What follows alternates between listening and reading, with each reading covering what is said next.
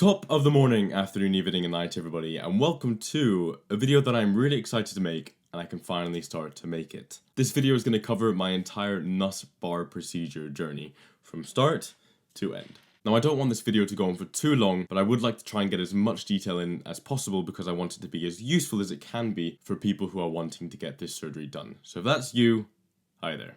Don't know why I did little jazz hands. Hello.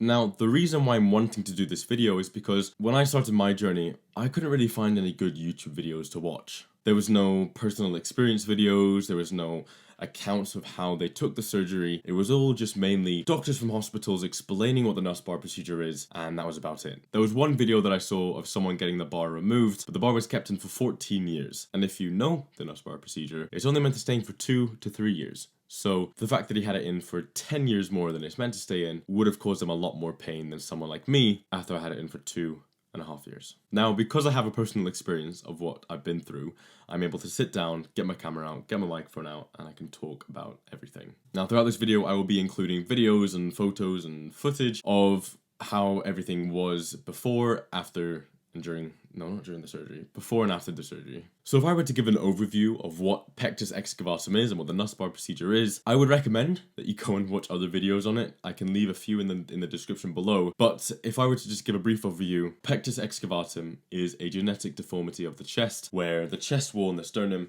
basically concave in and create a funnel chest. And the severity of it can vary. It can go from very mild to where it's not really pushing in, to very severe where it pushes in against the heart or even potentially displacing the heart. And the NUSS procedure is a minimally invasive surgery where they cut either side here, put a curved bar underneath and flip it to improve the sternum. But with all of that out of the way, let's get on with my personal experience of having this surgery done. So the first surgery. Now the first surgery is most definitely the most painful thing I have gone through in my life. And leading up to the surgery, it's not really any different from any other surgeries. 3 days before the surgery, I had my pre-op stuff. So I had CT scans, blood tests, vitals taken, just everything that you would normally have for a surgery. And then 6 hours before I had the surgery done, I couldn't eat anything. I could only have water. I rocked up to the hospital at about 8 o'clock in the morning and I got shown the ward. I got shown where I was going to be staying for the next week. I met with the surgeon again. He basically told me everything that was going to happen again. And then I met with the anesthesiologist. I hope that's the right pronunciation. I met with the anesthesiologist and he basically run me through everything. I'm going to have general anesthetics, I'll feel groggy when I wake up, etc, etc, etc. So then whilst I was in the room, I got changed into my hospital gown, I was just lying in bed. Nurses came in, put some cannulas inside me, gave me some IVs, gave me a saline drip, and then I was put onto the roly-poly roller coaster little gurn. I don't know what I'm saying. And then whilst I was in the room, they gave me a small dose of anesthesia to kind of make me feel a bit tired and a bit sleepy before rolling me through the ward, down the elevator, through into the operating theatre. I got to see the operating theatre. It was crazy. I got to see the lights. I got to see everything. It was pretty cool. And then they gave me another dose and that knocked me out. And from then on, my life had changed. Now, my surgery was about 12 o'clock in the afternoon and I woke up and I think I was relatively conscious around 3 or 4 in the afternoon. It's a relatively short procedure. It's only about, I think mine was about an hour and a half. It's not long and I was conscious about 3 or 4 in the afternoon and I was in a lot of pain. Right, sweetie. Is it sore?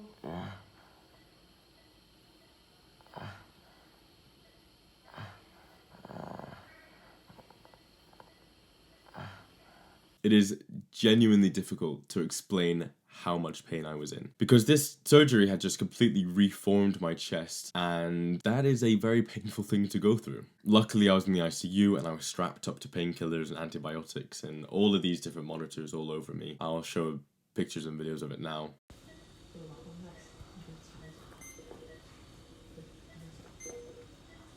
But in the ICU I could not move. It was too painful to move. After the surgery, I was still kind of dozed out and dazed out of it and this doctor came in with an x-ray board and basically lifted me up and placed this stiff board behind me to take an x-ray. Having a stiff board against your back after you just had your chest done and you could not use your chest muscles, you cannot use your chest at all, it was very painful to have done. But one thing that I was very, very grateful of was this little grey controller with a little black button on top. and every time I pressed it, the IV would give me painkillers.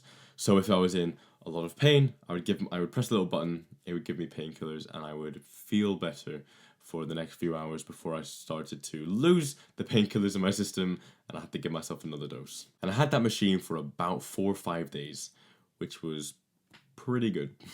Now, because I had these antibiotics and these painkillers and everything pumped into me, basically at all times through drips, I threw up 3 times in the first night. And you can't use your chest muscles, you cannot use it at all. And I had just convulsed and used every muscle possible up here to throw up. And it was so painful. It was the worst pain I think I've ever felt. But because I was on so much painkillers, I was really dazed and out of it. I didn't really know what was going on. Hey, it's me from the future, as you can tell from the hat change. But I'm currently editing the video and I've realized that there are a few things that I can add in along the way. So if all of a sudden I come in out of nowhere with this black hat on, this is from the future. Or from the past, but technically it's my present, but I'm doing it from the future, from the video that I recorded from the past, right? Before I move on to the next part of the video, I found a few videos that I did take from when I was in the ICU, and I wanted to include them here just now before we move on, so enjoy this, and I'll see you back in the past from the... I don't even know. Hey guys, just thought I'd send something. I'm doing good. I'm currently in the ICU, the intensive care unit. Yeah, I've got this mask for oxygen. I've got a drip going into me for medication and painkillers. I'm very, very out of it right now. I can function. I still do everything really. I can't move. I'm not fully out of it, but I'm out enough where I can't really do anything except close my eyes and try to sleep, but can't sleep. Hey guys, just a last update for today, the day of the surgery. Everything's going well. It's about 11, and she just came in and she just put another IV on me because they might change the IV that they gave me yesterday or today, tomorrow, so that'll be good. Yeah, I'm still in pain. It's still very painful. It's just a constant dull pain, really. Which is why I have a little pump that I can press, which gives me any pain medication that I really need if it gets too much. Hey guys, so I found another clip that I just want to insert into the video right now. Now this clip is of a screen recording of a voice memo that I made to a friend of mine about 2.5 hours after the surgery had finished. Now, although you can't see anything, you can kind of have an understanding as to how I'm feeling whilst I'm making this voice memo. My voice is quite croaky, I'm still kind of out of it because of the anesthetics, and I'm just not having a great time. And you can hear from the words that I'm using and what I'm saying to my friend to kind of get a grasp as to how I'm feeling. So I hope you enjoy this little clip. Hey, I don't know how well you can hear me, but hi. I'm lying in bed right now after the operation. A mask over me, and I'm in a lot of pain. I am in so much pain right now. It's not funny. And then just after 24 hours of being in the ICU and after the surgery, I got moved to the ward. Now, the ward is where you have to start to do things yourself. I can't lie down all the time. I have to sit up, and I have to stand up, and I have to try and walk around to begin to fix and heal my chest. So the first few days I was stuck in bed. I couldn't move. I didn't want to move. I was just sitting there and doing nothing. I think it was a day or two after I was in the ward where I needed to start to sit up and I needed to start to stand up. And I'll show a video now of me trying to sit up for the first time.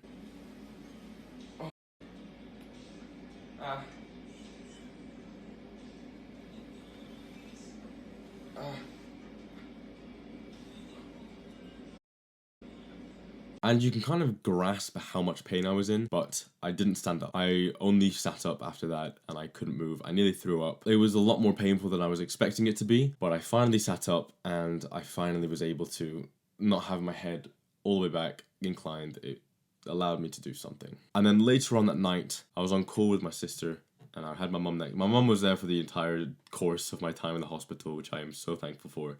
She was so amazing. She was just a rock. She was there for me. But luckily, my sister screen recorded this of me standing up for the first time. In this video, you can see how much it tired me out and you can see the pain I was in after sitting back down. All I did was stand up. And I sat back down and you can see it takes a second or so before the pain rushes through my body and I'm overwhelmed by the pain. You can see my eyes and how I react to it before essentially just completely and utterly shutting down. That's all that happened for the rest of that day. And then the next day, I think I finally stood up and I finally walked around again. And that was okay. I was surprised at how okay it was. After standing up for the first time, I kind of understood how I was able to stand up and the pain that I was going to be in. And then walking around was okay. Although it was a very, very slow walking around, I was able to walk around and I was able to move my body and get my blood pumping again. I was only walking around my room for the first few days before I finally took the courage of being able to move out into the hallway where I was able to walk around in circles around the hallways and begin to properly walk some distance. There we go. I feel so confident. But I cannot express how much it tired me out. It was such a tiring experience and such a painful experience. Once I got back into my room and I sat down and lay back in bed, the pain again just rushed over my body and I had to give myself the painkillers with the little painkiller button. Now in that walking video, I just want to point out that my hands being in my pocket wasn't just to make me look cool. I just want to point that out. It was a comfort thing. Having my hands dangle by my side kind of pushed this part of my body down a little bit, and that was very, very uncomfortable to do. So to keep my hands in my pocket and my shoulders up, it kind of allowed the sides here where the surgery just happened to not kind of droop down, and it kept me a little bit more comfortable than I was. And around halfway into the stay at the ward, I think it was maybe 2 or 3 more days before I left, I was taken off of the little button and I was given oral medication, oxycodone. And it was good. I did enjoy it, but I had to get used to it because I could only take 2 every 6 hours, and it was not fun because I was in a lot of pain towards the end of it wearing off before I took another one. But it allowed me to get used to what I was going to have to live through for the rest of the time. And finally, after 5 days of not showering, I had a shower. It was incredible. I had to put special things over the wounds because they couldn't get wet, obviously, but I was finally able to shower sitting down. I couldn't stand up. I had to shower sitting down, but I felt so refreshed and ready to leave. The next day, I think it was the 30th of January, maybe the 31st, me and my mum were able to leave the hospital and head back home. Now, when I got home, and if you get the surgery done, when you get home, this is the real test of how you are going to cope for the next few weeks, few months. Being at home is very, very painful. You're not able to be in the hospital, you're not able to have the nurses come and help you if needed. You are home with your family, by yourself, and you have to just deal with it. I was giving a lot of oxycodone, which was very, very useful. I took one every morning and every night, really, and obviously throughout the day as well, but mainly morning and every night. And I want to point out that for the first 2 months or so, I could not sleep flat. I couldn't sleep flat in bed. I moved from sleeping on the couch to my bed to this special cocoon type thing that me and my family had made to try and keep me sitting upright, essentially, to fall asleep. That makes sense. Here, I'll show a picture of the cocoon system that we had made, and that was pretty good because I had the pillows to kind of keep me up. But the one bad thing was that wherever I was sleeping, whether it would be the bed, the sofa, or the cocoon, throughout the night, I would slowly shift down. And as I shifted down, I would wake up basically lying flat, which was very, very painful. And I could not move because if you're lying flat and you try to get up, you are using all these muscles. I couldn't do that. Every morning, that cocoon type thing was sleeping downstairs, and that was just outside of my parents' bedroom, essentially. Every morning, no matter where my parents were really, if they were still sleeping or lying in bed or watching TV in the other room, I would have to shout for them to help me get up and out of bed because I couldn't do it myself. I'd have to put both my hands out, grab their hands, and they would lift me up. And even though they were helping, I was in excruciating pain, screaming pain, in another way to put it. I was screaming at the top of my lungs because I hated getting out of bed. It was one of the most painful experiences I think I will ever go through, other than obviously after the surgery. I'd say for maybe the first 3 or 4 months was when all of the pain was really present. I couldn't push anything, I couldn't pull anything, and I couldn't use any of my upper body muscles for essentially 3 or 4 months. Hey, it's me again. Another thing that I wanted to add here was, in addition to not being able to sleep properly and not being able to do a lot of things, there was a few more things which I didn't mention which are quite important. And one of them is quite funny. Thinking about it, it's actually quite ironic for me to say that with the one I'm about to say, but I could not laugh for a good 2-3 months. Laughing was very painful, to say the least. There would be times where me and my parents would be having dinner at the table, and they would be trying not to make me laugh. They would literally be saying nothing, and I would look at them, and I would start to laugh, and I'd tell them to stop making me laugh, and then they would start laughing, and I would start laughing, and it would just kind of spiral downhill. But laughing really hurts, because you are laughing, and you are tensing, and it's not fun. Laughing was very, very painful, and it was not a fun thing to go through. And that also brings on to another aspect was, I could not sneeze. I had to stop myself from sneezing for about 4 months after the surgery. Sneezing, as you can imagine, is using all of this. Every ounce of this is sneezing. Every ounce of this is used when you're sneezing. So I just stopped myself from sneezing for about 4 months.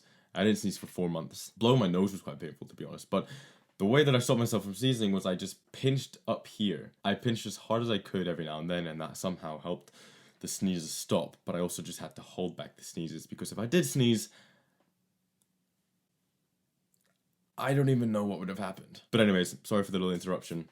Carry on with the video. Now, although I said I couldn't sleep flat for 2 months, throughout this entire 2.5-year period, it has really been difficult to sleep on my side. Because where they cut and do the surgery, it's here, and they put the stabilizers and wrap it around the ribs with a wire.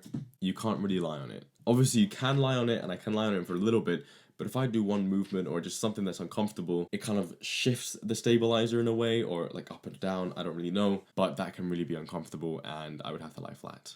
Another thing is that I am a massive goalkeeper. I love playing goalkeeper. I haven't been able to play goalkeeper for the past 2.5 years, because the one big thing about goalkeeping is a one-on-one situation where you put your arms out and you try and spread your body. If a ball comes and flying and smacks my chest as hard as it can, it will not be fun. So I haven't been able to follow what I've wanted to do for the last 2.5 years. But hopefully, once the thing's out, I will be able to get back to it. Also, throughout the last 2.5 years, there have been points in time where I've had a lot of spikes in pain. It would just randomly happen. I just get a massive stinging sensation either side or in the middle. Or if I would stand up, I would maybe hear a crack somewhere, but don't really know what that is, to be honest. But the last 2.5 years have been relatively okay. I'd say after the first maybe 6 months, the pain started to ease and I could do whatever I really wanted to again, other than the exception of goalkeeping. And then that brings us to where we are now. 2.5 years after the initial surgery, I'm getting the bar taken out. And about a week ago, I was given this letter, which I'm very, very thankful and very grateful to have. Thoracic surgery outpatient appointment. I'm pleased to confirm your appointment with nurse pre-operative assessment on Tuesday, the 4th of July, 2023 at 1 o'clock in the afternoon, which is incredible. I am very surprised at how fast everything's happened. I thought there'd be a lot of backlog with the NHS, but it has been incredible. And I got a call from the hospital the other day saying that my surgery will be on the 10th of July, 2023. Everything has happened and everything has moved so quickly. I would like to thank the Golden Jubilee hospital for making this possible. And that's essentially everything that I really wanted to say. Now, obviously, there is a lot more that is going to happen, but that will happen in a month and a bit, and I will record everything that happens, and I will record myself before and after the surgery and tell you the pain I'm in and how everything has happened, and then I will wrap up this video incomplete. So I will see you guys in approximately 10 seconds because I'm just going to cut the video, but that is essentially everything to do with from the beginning to where we are now, and then soon having the bar taken out, which I am more than excited about. So I will catch you guys right now. Also, literally as I finish recording and I'm starting to edit it, look what comes in the mail. It is the confirmation letter for my surgery. I'm pleased to confirm your admission date for your procedure, 10th of July 2023 at 9 o'clock in the morning, thoracic surgery at the Golden Jubilee Hospital. Please remember to fast from midnight. Clear fluid can be taken till 9 a.m. Nothing else to do now until just wait for the day. And the pre-op stuff, obviously, but awesome. Right, it is now July 4th, 2023, and it is pre-op day. So this morning I've done essentially nothing. I've just been chilling at home, playing games, kind of just having a very chill morning before heading to the hospital. My appointment's at 1. It is currently 10:59, so 11 o'clock in the morning. So I've got 2 hours before, and it'll take me about another, I'd say, hour or so to get there. So I'm arriving about an hour early, just to 100% make sure that I'm actually at the hospital and ready to get seen and get all this pre-op stuff done to me. I'm feeling very excited, but also very nervous. I'm excited for all of this to happen, but I'm nervous because the operation is 6 days away, and it's come a lot sooner than I thought. I knew it was going to happen, and I knew it was going to be the 10th of July, but it's just the fact that it's happened so quickly now is just quite surprising. So everything's moving along pretty quickly, and I'll catch you guys when I'm actually near the hospital. Right, so that is me off the train. I am currently just walking along this little path because why not? I have 45 minutes until the appointment. The hospital is that way, but I just thought I'd go for a little walk just before I head in and just sit down and just wait till I get cold. But yeah, 45 minutes to go until everything gets started.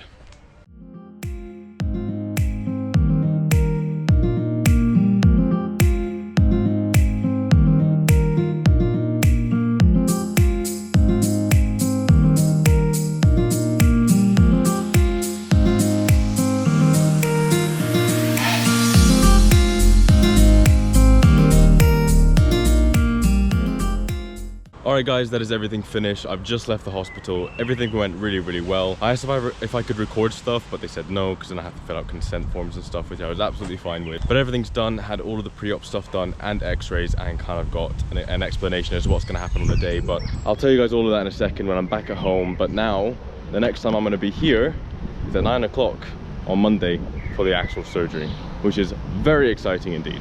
And after all that brings us back here into my room, where I'll delve a little bit deeper into what happened today during the pre-op stuff. So the pre-op assessment today was kind of split into 3 different parts. So the first part was just like the regular standard stuff, like the blood tests and EKGs. The second part was the x-rays, and the third part was meeting with a nurse who basically knows what the surgery's going to happen and that sort of stuff, and talking to her about what's going to happen. So in part 1, the first thing that happened was she took my height and my weight, just very standard stuff. Also my blood pressure and the little thing that clips onto your finger to measure your heartbeat, I think. I'm not 100% sure, but they were the very standard things that you normally do if you just go to the doctors anyways. And then I had to answer questions, and throughout the entire time I was there for the pre-op stuff, there was a lot of questions asked. The first couple were like about emergency contact details, you know, if something happens, yada yada yada, but then a lot of it was about my health. A lot of it was, do you have any allergies? Is your stomach okay? Have you had stomach ulcers? Have you had any blood clots? Like a lot of different medical questions that they need to know before the surgery goes on. And after I answered a couple of questions, then I had to do a nose swab. Now, I don't think this was for COVID because she did talk about something else. So I had to do a nose swab for something, and that was kind of PTSD from China because I had to push it all the way back up, which is not fun. But after the nose swab, I had my blood taken, and I don't know if you can see there, that's the plaster from the blood taking. It was fine, it didn't hurt too much, it was just a prick, and then all the blood got taken, and then I got something to stop the bleeding, and then I got that plaster on, and that's just stayed on. It's quite sore now, to be honest, if I lengthen my arm, if I do that with my arm. It does hurt a bit, but that's just, you know, standard with blood taking. And then after the blood taking, I had to do an EKG. So all that was just she stuck a bunch of stuff onto my chest, a couple of my wrists and my ankles, just to measure my pulse, measure my heartbeat, just to make sure that everything's okay and I don't have an irregular heartbeat. But after that, there was just more questions about different things. I can't remember what she asked, but there were more questions. So that initial part, I would say, took about maybe half an hour or so. It took a decent amount of time. I thought it'd be a lot shorter, but it took about half an hour. And then once that was done, she said, right, that's everything. Head up to the x-ray now, and then come back downstairs. So that leads on to part 2, which was the x-ray. X-ray was very dead simple. I just went to the reception. They said, yep, just go sit behind me. And I sat there, and then someone beckoned me in. My x-ray was taken by a student nurse, which was actually quite cool. I'm glad I could help her out, but it literally took a minute. It was one x-ray, it was done and dust like that. Didn't even realize it happened until they said, breathe in deeply. And I was like, okay. But yeah, that was the x-ray, very simple. And then I went back downstairs, waited for another 15 minutes or so before another nurse brought me in. I answered more questions this time, but this was a lot more to do with the operation side of it. A lot of, have you had any previous operations before, which I had to say that I did. And I had to break that down. And then I also had to talk about some other things with blood circulation and just a bunch of things that she was asking me just to kind of focused on the surgery that I'm going to be getting. And then I had some final pulse checking, so she had, I don't know what it's called, but you know, the doctor things.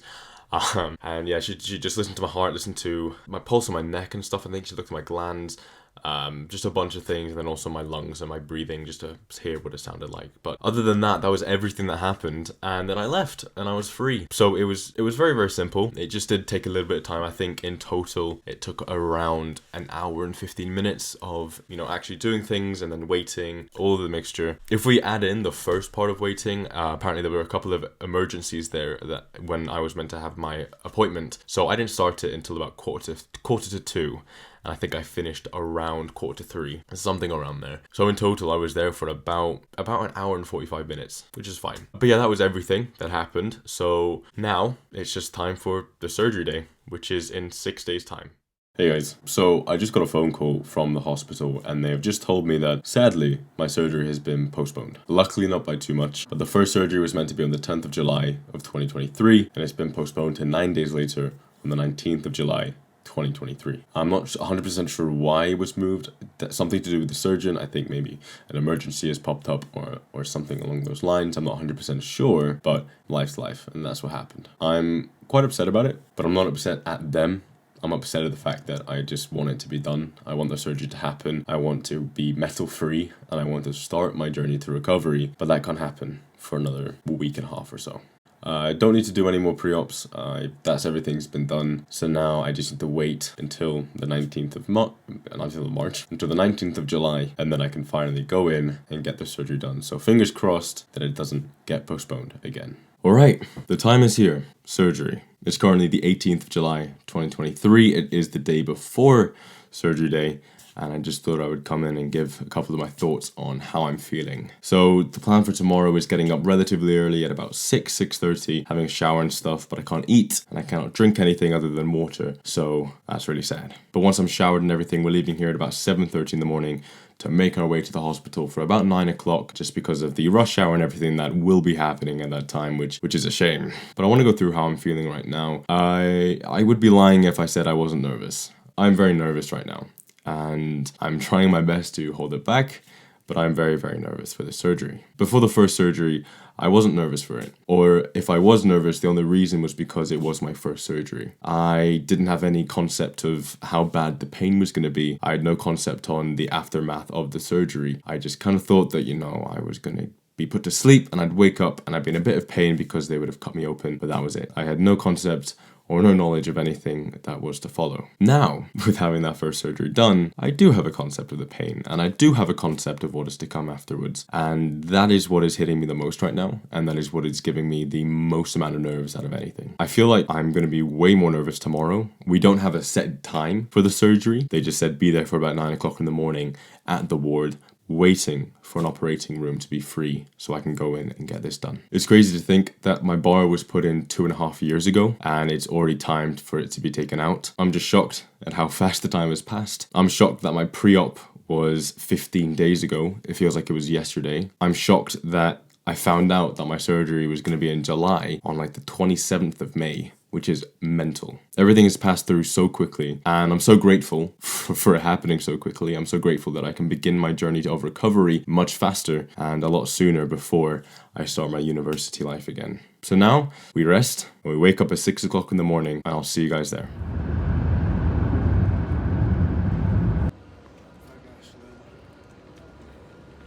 Right, that is me here at the hospital. This is my room right now. Pretty snazzy. I've been in the hospital for about 35 minutes now, and I've been told that I am the second surgery of the day for my surgeon, and he's currently in another procedure which is going to take a few hours.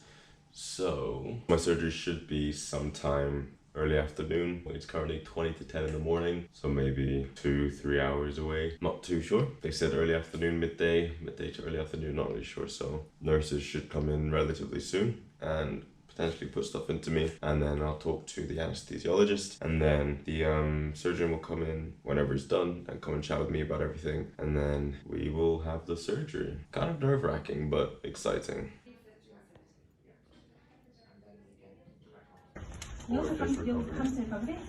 Then from recovery, we'll back to the ward. Yeah? So turn right next. Right, guys, that is the surgery done. Surgery was like 2:15 or something in the afternoon. It is now 4:45 in the afternoon, so quite a short procedure. I'm up in the ward, everything's done. Waiting for food now for spending the night here. I'm so tired, in a little bit of pain, and I just want to sleep. Hey guys, I've been here for about maybe 3 hours or so now, and it's been okay. The painkillers have slowly died down. I've taken some paracetamol, which helped for a bit, but the pain's starting to come back, so I'm in a decent amount of pain right now. Not as much as the first one by far. I'm surprised I've eaten an entire meal and I've been able to talk, so I'm really happy about that. I'm in a bit of pain now, specifically where they cut open and where they did some stuff. So the actual chest part here doesn't hurt too much, which is good. Just literally nothing but chilling now. I'm staying here overnight and then I might be leaving tomorrow, but then they'll assess the situation tomorrow and decide whether I'm leaving tomorrow or the day after. Alright, I have finally just been given some toast and tea, just something to keep me going. Quite sore. I should be getting a new batch of painkillers in about maybe half an hour, 45 minutes, but it's not bad, just vibing. I thought I'd just do a little update just before I'm about to hit the bed. I'm feeling okay. You can kind of see the lines along here, but I'm feeling good. I'm in a bit of pain right now, so when I do actually go to bed, I'm gonna get a dose of something, of a strong painkiller to hopefully help me sleep better and not be pain throughout the night. But I've just taken 2 paracetamol and I'm kind of just chilling here. Just been very nice. Nothing much has happened. I've been given an injection into my stomach to apparently reduce blood clots. Other than that, I've had some tea and coffee, as you just saw. Tea and toast, sorry, as you just saw. But yeah, I'm just waiting for tomorrow to come. It's just coming up to 11 o'clock at night now, so surgery was about 9 hours ago, which is mental. I'm gonna try to get some sleep now if I can, once I get some painkillers put into me. So yeah, mental day. Chest is looking amazing. Let's see if I can actually get my scars. There's one of my scars, and there's another one of my scars. It's kind of mental, they are a bit bigger. Yeah, that's everything for me now, so hopefully the next time I talk to you will be when I have my breakfast in the morning. Hey guys, just a little update. It's about 3:15 in the morning. Not really slept, been awake. I've been woken up nearly every hour, which isn't great. I'm still quite sore, but not as bad as I was yesterday, so trying my best to fall asleep, but it is quite difficult. Taking it hour by hour, listening to podcasts, just taking it slow. Right, that's me up and out of bed, kind of mental. You can start to really get a see for the scars. Scars now. I got out of bed properly maybe about 15 minutes ago, to stand up and have some breakfast, which I've eaten. But I'm starting to get cold, I'm starting to shake a little bit, my cuts and scars here are starting to hurt a bit, so I'm probably gonna lie back down in a second and just rest before hopefully heading home today. But yeah, I guess we'll see what happens. Hey guys, so nothing much has happened yet. I've just had an x-ray, so I've just come back. I've just been chilling here for a bit. Hopefully soon, I think the surgeon's gonna come or someone's gonna come and have a chat with me about the x-ray and about how I'm feeling. Hopefully I'll be going home today. Hopefully this will get taken off. I just kinda wanna get out of here. That x-ray's fine, so Yeah. we'll get you home today, okay? Amazing, perfect, thank you. Well, there we go. The x-ray's good, so I'm going home today then. Not sure when, but I'm heading home, which is great. Alright guys, it is the 22nd of July 2023, it is 3 days after the surgery and I'm back at home. I'm feeling okay, so now I can finally delve a bit deeper into what happened before, during and after the surgery. So you've just seen all the videos that I did take at the hospital, and now I just want to talk a bit more and kind of take you through a timeline as to what fully happened during it. So I arrived at the hospital at about 9 o'clock in the morning, and as I mentioned before, I was the second surgery of the day for my surgeon. So I had to wait around 4 to 5 hours before I actually had the surgery done. But in that time, I met with quite a few nurses that came into my room asking me some questions. I had the anesthesiologist come in and talk about, what's going to happen. I'm going to be put under general anesthesia. I hope that's the right word. I feel like I'm saying the wrong word every single time. And after the anesthesiologist came in and he left, I had to wait maybe another hour or so before my surgeon finished his surgery, and he came up to the room and had a chat with me and my parents about what the surgery was, even though I knew it, but also what the risks were and how everything was going to go down. And then maybe about 45 minutes after the surgeon came up and after he left, I had my surgery done. So maybe about 10-15 minutes after the surgeon left, I went down to the pre-op room with a nurse, and that's where I got an IV put into me. That's where they took a couple of last tests and just got me prepped and ready for the operation. And then once it was ready, I got rolled through the hallways into my operating theatre, where I was moved bed from the pre-op bed onto the operation bed table thing. Sat there, lay there, they put an oxygen mask over me, and they gave me the anesthetics, and I was gone. Now I want to give a warning, because when the surgeon came and spoke to me, I asked if it would be possible that if he took a video or some photos of the surgery, and he took 2 pictures of the surgery, which I'm really thankful for, so I'll pop them on the screen now, but here is a warning for some gruesome content.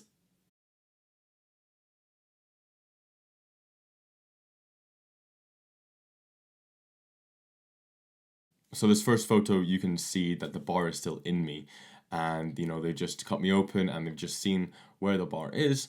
And the second photo, you can see that the bar has been successfully taken out, and they're kind of just standing there, potentially about to sew me up.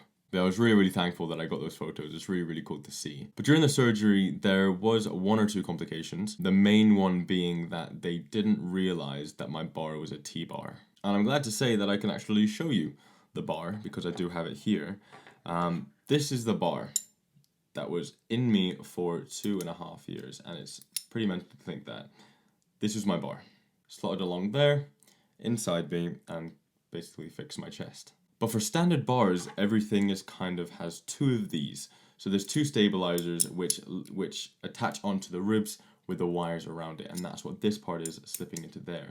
And they thought that this was going to be on both sides, which is what I thought as well. But as you can see, this is just a part of the bar. So they didn't realize that it was a T-bar and this wasn't able to be removed. So the bar could really only be taken out one way, which was this way going out, because they couldn't pull this through basically my entire chest. And also, whilst they were looking at it, they realized that this part had either shifted or something happened inside, because the ribs were starting to grow around it. So they were starting to be not engraved, but they were starting to have bone growing around them, which made it a lot more difficult to remove.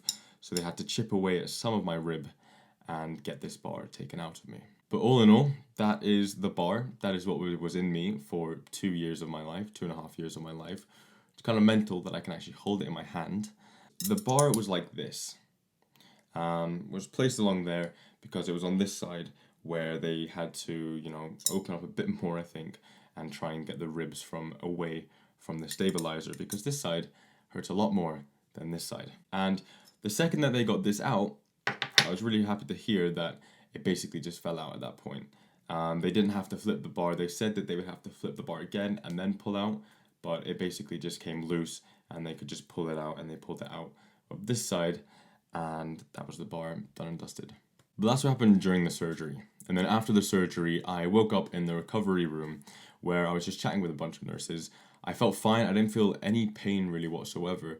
But they did tell me that I was in a lot of pain, because I think I was making a lot of noise telling them that I was in pain. So they gave me a bunch of painkillers. And I can remember when I kind of woke up, the first thing that I can remember is them administering me more painkillers because I needed it, because they said that I was asking for some. But then after that, I stayed in the recovery room for about 45 minutes to an hour before moving up into the ward, changing beds, and then I stayed in the ward overnight and then left the following day. And you've kind of seen everything, all the videos that I did take whilst I was there. The food was really nice, and it was just a really nice place to stay in. And then I had an x-ray, and I was let out a couple of hours after that. Now, I just want to say thank you to all of the nurses. They were very, very kind, lovely place to be, the Golden Jubilee Hospital in Glasgow. And thank you very much to Mr. Kirk for being my surgeon and for allowing this surgery to take place a lot sooner than I thought it would be. But it's been 3 days since the surgery, and how am I feeling? I've slept at home for 2 nights, and I slept at home 1 night in the hospital, which is when I stayed over. And within those 3 nights, I think I've had a total of maybe 9 hours of sleep, which isn't great.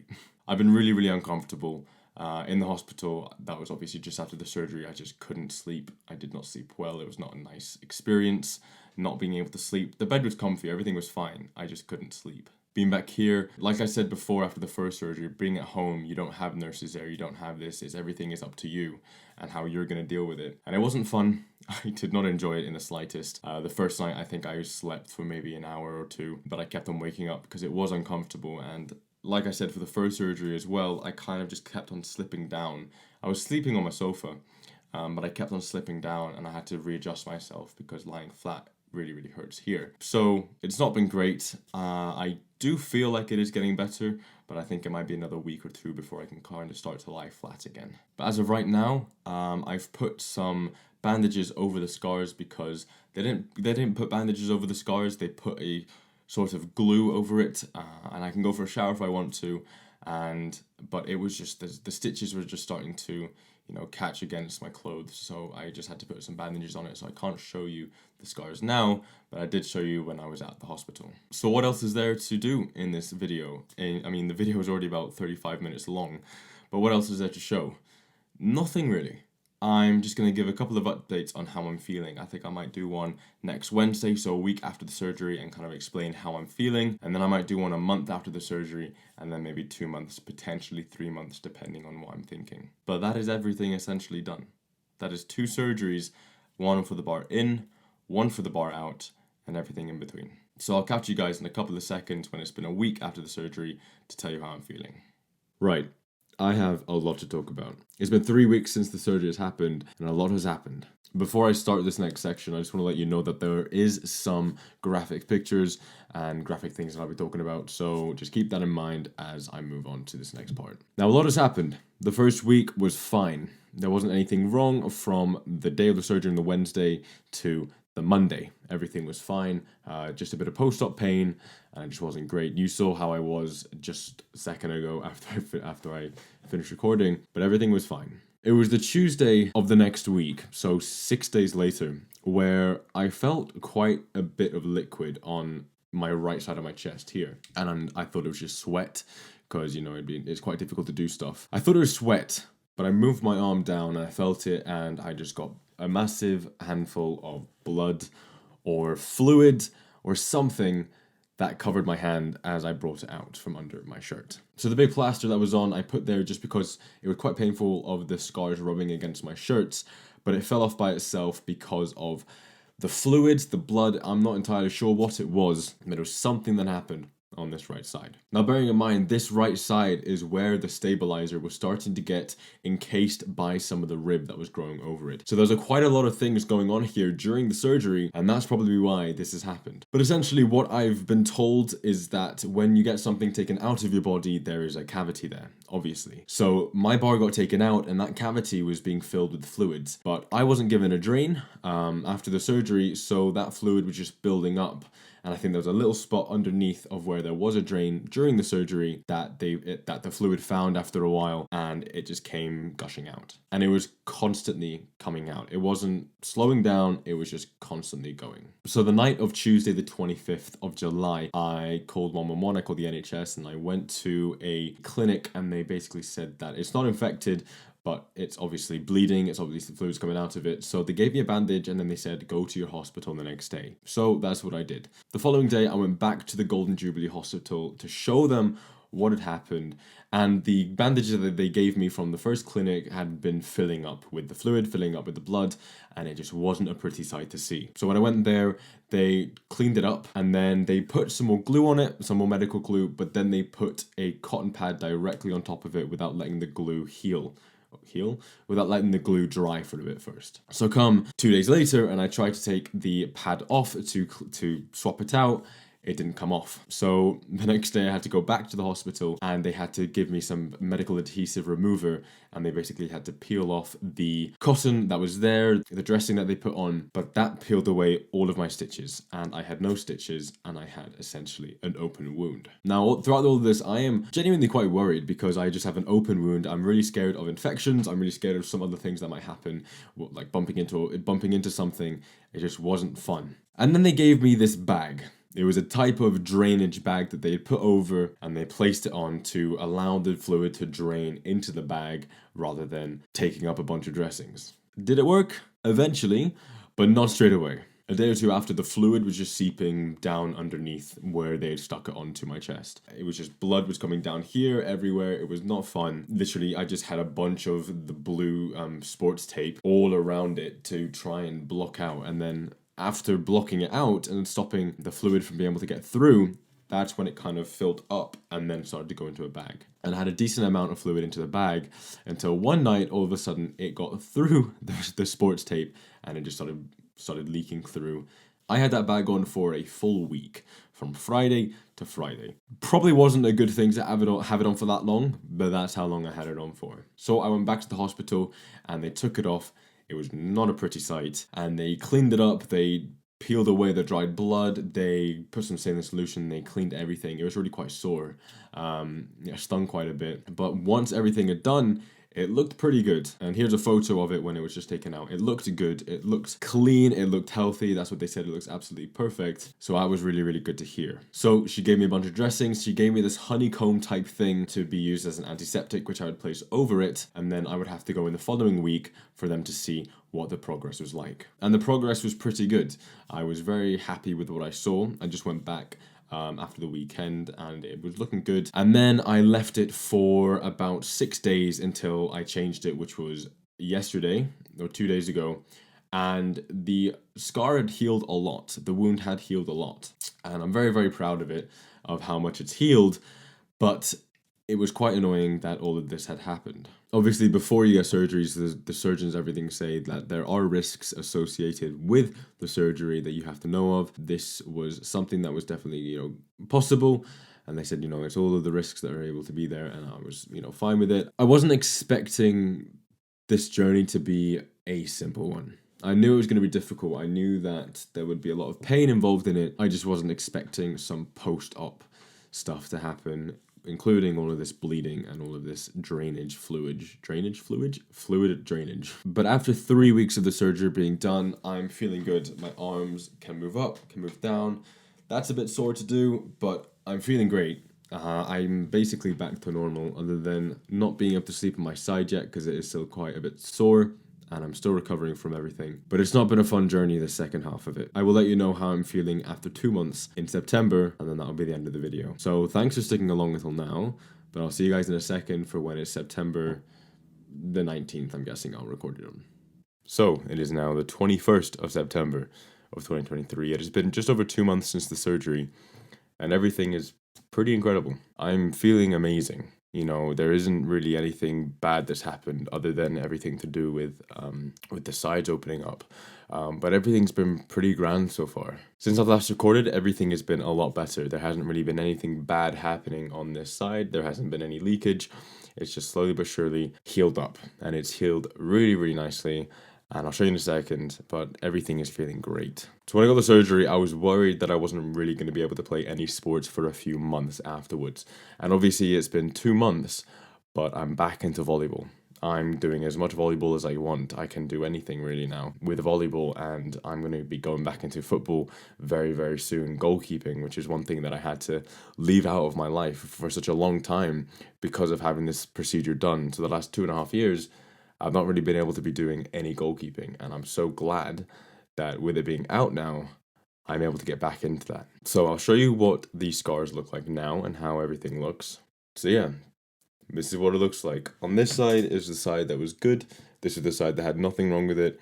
It just healed very, very nicely. And on this side, as you can see, it is quite a bit bigger. It's not just one line, it was basically an open wound that just healed itself. but they both look great. They both look pretty fantastic. My chest is feeling great. I'm able to really hit it and stuff. There's still a bit of sensitivity around that, but as of right now, everything's pretty fabulous, fantastic. I don't even know what I was trying to say. But yeah, that's gonna be the end of the video now. It's been a long video, I know, and thank you for sticking through it if you did. I just wanted to get as much information out to you guys as possible, and I wanted you to follow along everything, especially for the second part of this procedure, with me actually going to hospital and talking you through everything. And I really hope that it has been useful and helpful for anyone that is thinking about getting this surgery done. Obviously, I hope this has helped you in potentially making a decision if you are thinking about getting it done. But definitely speak to other people, speak to your family, speak to your friends, speak to doctors.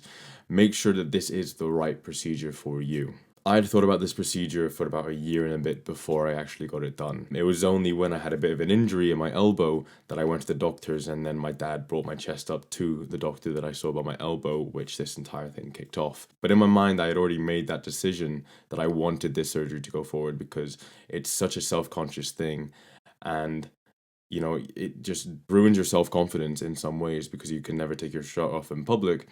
But also, it was pushing against my heart, so it was starting to make my life difficult, and it was posing a medical problem rather than just an aesthetic one. So make sure you chat to people about what you want to get done. But thank you guys for watching this video. I really hope you enjoyed it. I hope it was useful. Good luck if you think about getting this done, and I'll see you later.